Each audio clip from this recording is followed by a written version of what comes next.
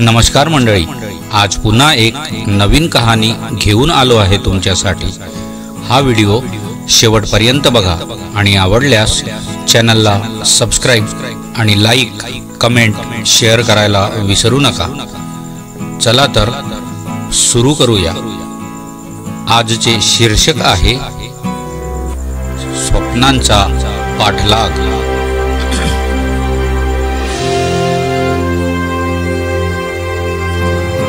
नमस्कार, मी व्यंकटेशन अय्यर हस्तांदोलन करीत तो म्हणाला।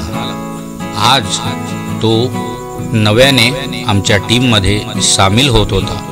ओमानमधील PDO या प्रतिथयश कंपनीच्या आलिशान कार्यालयात आमच्या ग्रुपमध्ये आजपासून हा नवीन मल्लू जॉईन झाला होता। अशा अनेक मल्लू सोबत आजतागायत काम केलेले असल्याने त्यात विशेष असे काहीच वाटले नाही। आमच्या ग्रुपचा अनवर नावाचा दुसरा एक मराठी सदस्य मला हळूच मराठीतून म्हणाला, चला आणखी एक येंडूगुडू आले रे। मीही हसून अनवरकडे पाहिले आणि कामात गर्क झालो। लंच ब्रेकमध्ये सगळेजण हास्यविनोद करीत असताना अय्यर मात्र शांत आणि गंभीर होता। माझ्या ते लक्षात आले। कदाचित परदेशात नोकरीचा पहिलाच दिवस, त्याचे टेन्शन असेल म्हणून मी दुर्लक्ष केले। पण संध्याकाळी कॅम्पवर गेल्यावरही तोच प्रकार। हा आपला एकटाच असेच 4-5 दिवस चालले। शेवटी मी न राहून ऑफिस सुटल्यावर संध्याकाळी कॅम्पवर त्याच्या रूममध्ये गेलो। स्वारी अगदी शुभ्र धोत्रात होती।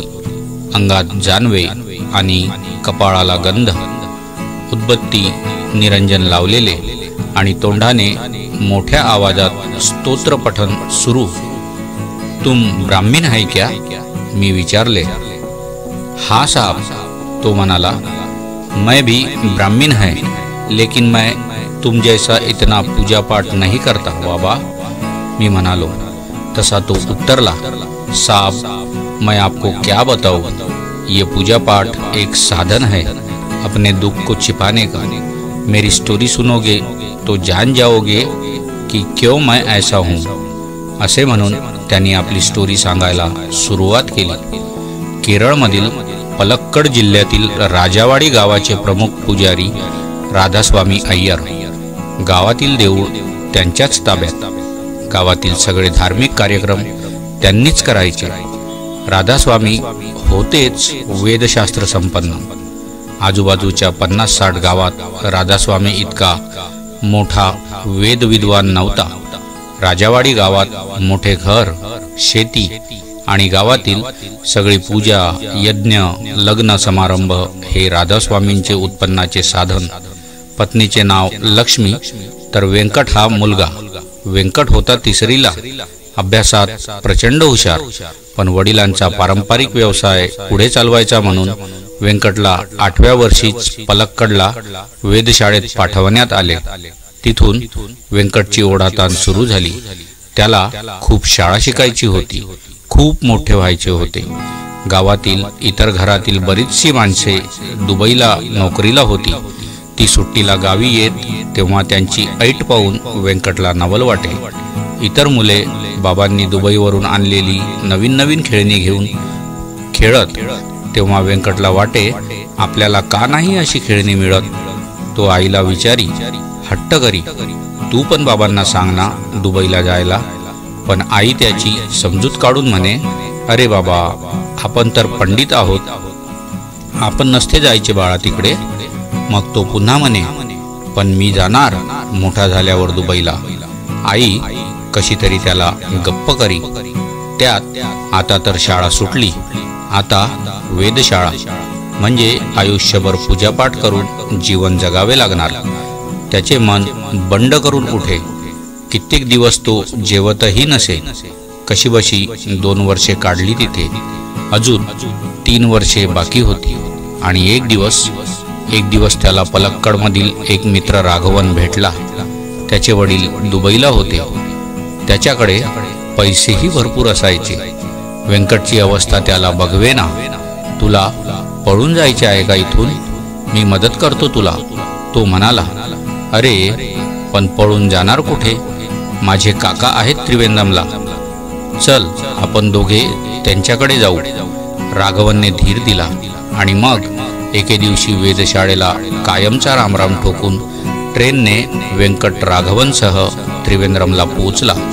निघताना व्यंकट खूप रडला, कारण आपण वेधशाळेतून पळालो हे समजल्यावर बाबा कधीही क्षमा करणार नाहीत. यापुढे आई बाबा आणि गाव सगळ्याला विसरावे लागेल हे त्याने ओळखले होते. तरीही जिद्दीने आणि राघवनच्या दिलाशामुळे तो त्रिवेंद्रमला गेलाच. तिथे गेल्यावर राघवनने व्यंकटची सारी कहाणी काकांना सांगितली.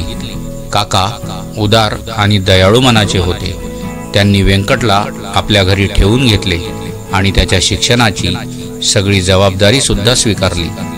अट एकच, नोकरीला लागल्यावर झालेला सर्व खर्च व्यंकटने परत करायचा. ती अट व्यंकटने मान्य केली आणि आनंदाने तो त्रिवेंद्रमच्या शाळेत जाऊ लागला.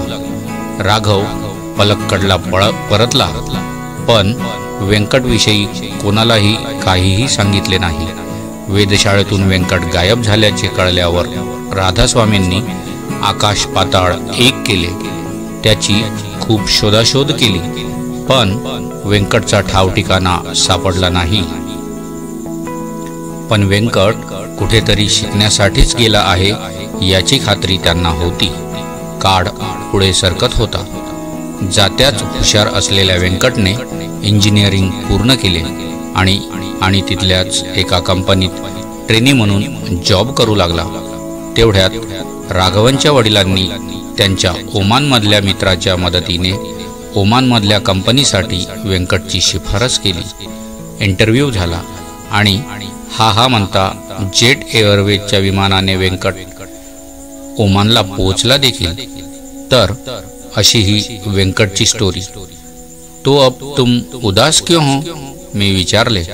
तर तो म्हणाला, साहब अभी एक बात मुझे बहुत परेशान कर रही है. क्या मैं अपने पिताजी, माँ और गांव को कभी देख पाऊंगा? क्या सोचेंगे वो? मी म्हणालो, घाबरू नकोस. त्या परमेश्वराच्या इच्छेने आणि आशीर्वादाने तुझे स्वप्न पुरे झाले आहे. तोच तुला मार्ग दाखवेल. त्या दिवसापासून मनावरील ओझे हलके झाल्याने व्यंकट खूप मोकळा मोकळा वाटत होता. हळूहळू तो रुळला. 1 वर्ष संपले. आता सुट्टीला तो घरी जाईल. पण सुट्टीत 3 महत्त्वाची कामे आहेत. पहिले म्हणजे आई वडिलांना भेटणे, राघवनच्या काकांचे पैसे देणे आणि तिसरे म्हणजे नाजूक काम, राघवनच्या काकांच्या मुलीशी साखरपुडा. व्यंकट सुट्टीला जाण्याची तयारी करू लागला. मनात अनेक विचारांची गर्दी होती.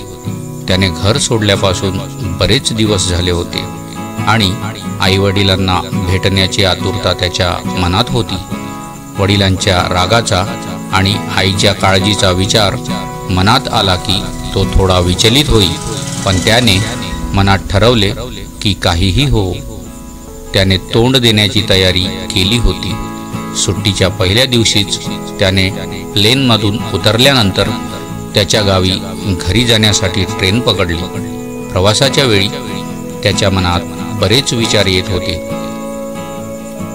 आपल्या आईवडिलांना कसे सामोरे जायचे, त्यांचा राग आणि निराशा कशी स्वीकारायची याबद्दल त्याला काहीही कल्पना नव्हती. पण त्याला हे माहीत होतं की त्याने जे केलं तेच त्याचं खरं स्वप्न होतं आणि तो आपल्या कर्तृत्वाचा अभिमान बाळगून घरी परतणार होता. गावी पोचल्यावर त्याने सर्वप्रथम आपल्या घराकडे धाव घेतली. घराच्या अंगणात पाऊल ठेवताना त्याच्या मनात एक धाकधूक होती. तो उंबरठा ओलांडून आत गेला आणि आईला आवाज दिला, आई. आईने मागे वळून पाहिले आणि त्याला पाहताच तिच्या डोळ्यात अश्रू आले. व्यंकट, ती ओरडली आणि त्याला घट्ट मिठी मारली. आईच्या मिठीतून त्याला सगळी चिंता दूर झाली. वडीलही बाहेर आले आणि त्यांनी त्याच्याकडे थोडा रागाने पण तरीही प्रेमाने पाहिले. व्यंकट, तू इतका दिवस कुठे होतास? त्यांनी विचारले. व्यंकटने त्यांना आपली सर्व कहाणी सांगितली. त्याच्या धाडसाची, संघर्षाची आणि यशाची कहाणी ऐकून वडिलांचे डोळे चमकले. माझा मुलगा खरोखरच मोठा झाला आहे, वडील म्हणाले आणि त्याला त्याच्या आशीर्वादाने गदगद झाले. व्यंकटने राघवनच्या काकांचे सर्व पैसे परत केले आणि त्यांचे आभार मानले. त्यांनीही त्याचे कौतुक केले आणि त्याला पुढील आयुष्यासाठी शुभेच्छा दिल्या. सर्वात महत्त्वाचे म्हणजे व्यंकटने राघवनच्या काकांच्या मुलीशी साखरपुड्याची तयारी केली. दोन्ही कुटुंबांनी हा निर्णय आनंदाने स्वीकारला आणि त्यांचे नाते घट्ट झाले. व्यंकटच्या आयुष्यातील हा टप्पा खूप महत्त्वाचा होता. त्याने आपल्या मेहनतीने आणि धाडसाने स्वतःचे स्वप्न पुरे केले आणि आपल्या कुटुंबाला अभिमानित केले. त्याच्या कथेने इतरांना प्रेरणा दिली की स्वप्नांचा पाठलाग करण्यासाठी धाडस आणि मेहनत आवश्यक असते. मंडळी, ही कहाणी तुम्हाला नक्कीच आवडली असेल याची मला खात्री आहे. चला तर मग स्टोरीवाला भद्रावतीकर नितीन या चॅनलला सबस्क्राईब करा आणि आपले अभिप्राय कॉमेंट बॉक्समध्ये कॉमेंट करायला विसरू नका. भेटूया पुढील कहाणीमध्ये. तोपर्यंत जय हिंद, वंदे मातरम, भारत माता की जय.